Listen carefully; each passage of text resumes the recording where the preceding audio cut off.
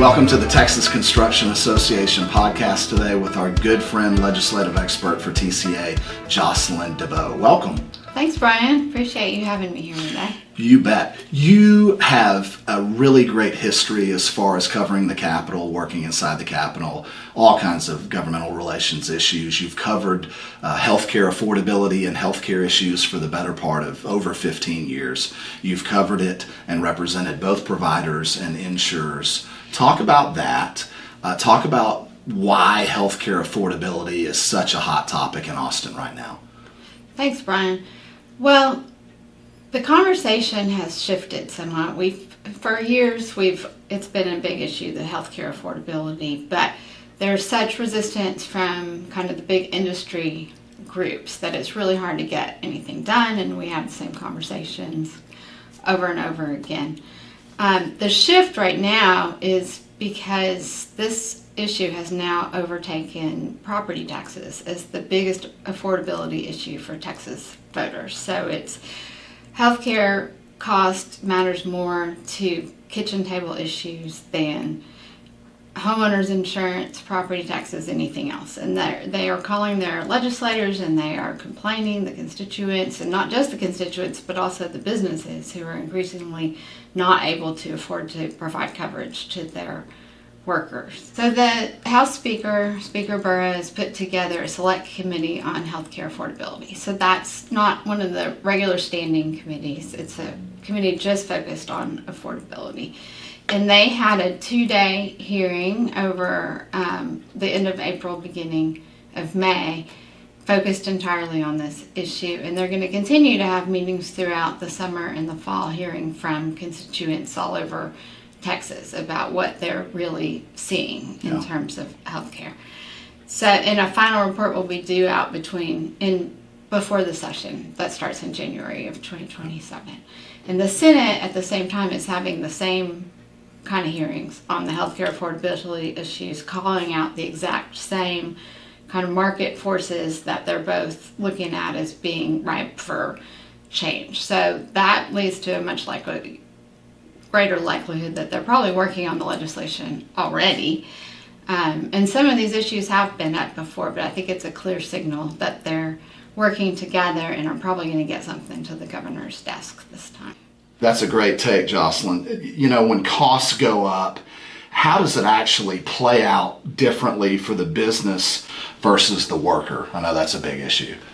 Yeah, so for small businesses especially, but for all businesses, the healthcare insurance is just an increasingly large part of their overall budget. And they are spending, with payroll and materials, that the check for the healthcare insurance is right up there with those. So it's increasingly difficult to continue to pay for this coverage for employees, and you can't use that money on raises or more competitive business opportunity bidding, and so you really have to make decisions about what you can and can't continue to sustain. And from the employee perspective, it really hurts a lot as well.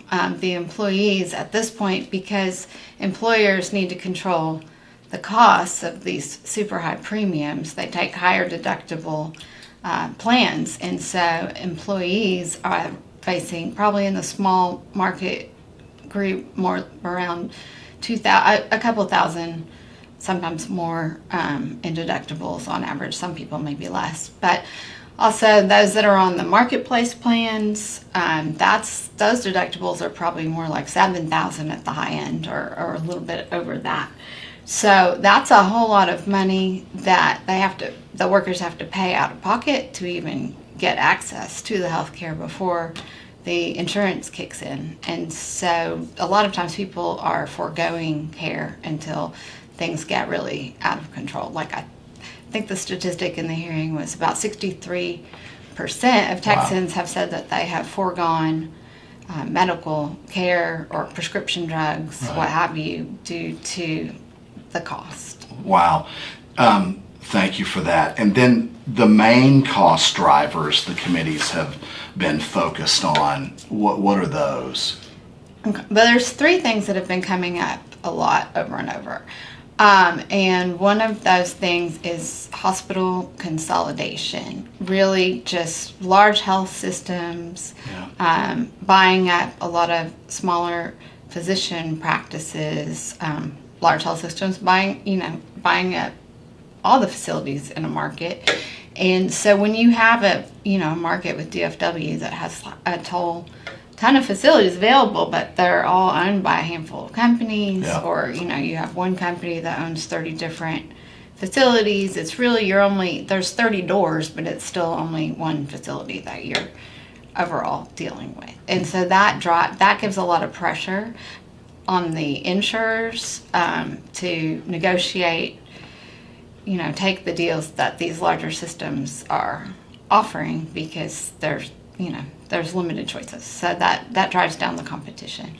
Another thing that they're really looking at is the PBMs, and this is a term not everyone knows this term. It's pharmacy benefit managers. Right. And basically these are middlemen in the pharmaceutical industry that are supposed to be negotiating prices between the drug manufacturers and the insurers and pharmacy chains to have leverage to bring down costs. So they're supposed to be lowering drug prices, but they are also very tied up financially with the insurers and the pharmacy chains, and these negotiations happen behind closed doors. So there's rebates that get negotiated, but the consumer, we don't really have visibility into what those are. And the complaint from a lot of people is that we're not sure if the reductions in cost are actually ever getting passed on to the plans or to the consumers. So they're really looking about how to bring that more out into the open and make sure that those rebates are getting passed on. And the third thing is facility fees. And this, again, relates somewhat to the hospitals buying up the physician practices. What's happening now is, you're going into your regular doctor that you've gone to for years, and you're getting your same routine blood work or whatever you have gotten done there, and people are finding a facility fee charge all of a sudden, because if when the physician's office changes ownership, now it's part of this system, and they're charging for use of the building essentially, and so that has become an increasing problem that they're really trying to look. And then last session, they really tried to tackle it. There was bipartisan support to ban that practice, but essentially a lot of people would say that the hospital lobby killed that. But the fight is coming back this session, so maybe it just stalled for a session. Well said. You mentioned the Senate looking at this too. Is it the same issue or issues, or is it going in a different direction? Well, the Senate has specifically, their charge on affordability was to look at PBMs, that pricing, and the facility fee pricing. So they're having a lot of the same conversations. Another interesting thing is that they brought in the employee retirement system and the teachers retirement system, which are two huge players that pay for the teachers and the state employees insurance all across the state. So they should have a lot of leverage, but they are asking them to come in and explain, what are you seeing on your healthcare bills. They're not asking them as insurers, they're asking them as consumers who write the actual checks for all these the healthcare insurance for all these people. And they're saying, why can't you, with so much leverage, control your costs? And that's a really practical question that they haven't really been focused on so much in years past. So with the House and Senate both looking at kind of the same issues, it seems like there's like I said, a much higher chance that we'll get something done this session. That's good. We've talked a lot about what it costs the businesses, but what does it actually look like when you flip the quarter there, when you look like from the worker's side? Yeah, well, as I mentioned, with their high deductibles, they're having to spend a lot. But, in construction and other industries too, they're increasingly going to like a 1099 or they already have been. And a lot of times those workers don't get health care coverage. And so they're on their own to purchase that health care coverage. Yeah. And so I think they were saying at the hearing, the national average for a family of 4 has reached up to $27,000 per year now. Wow. And so if you have like a skilled tradesperson who, is making a good wage, they're really struggling to, afford to be able to insure their coverage. That's $27,000 is about a third of the median amount of income that Texas families are able to bring in. So that's a big squeeze for them. Big squeeze, big chunk.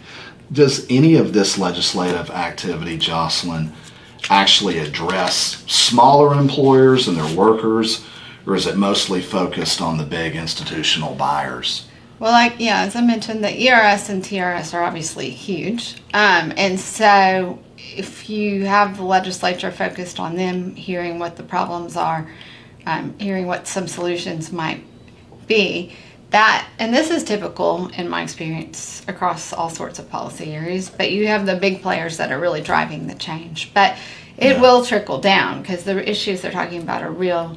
And so particularly with the PBMs, if you got, the cost of the prescription drugs, savings passed on, that can make a real difference to small employers and workers.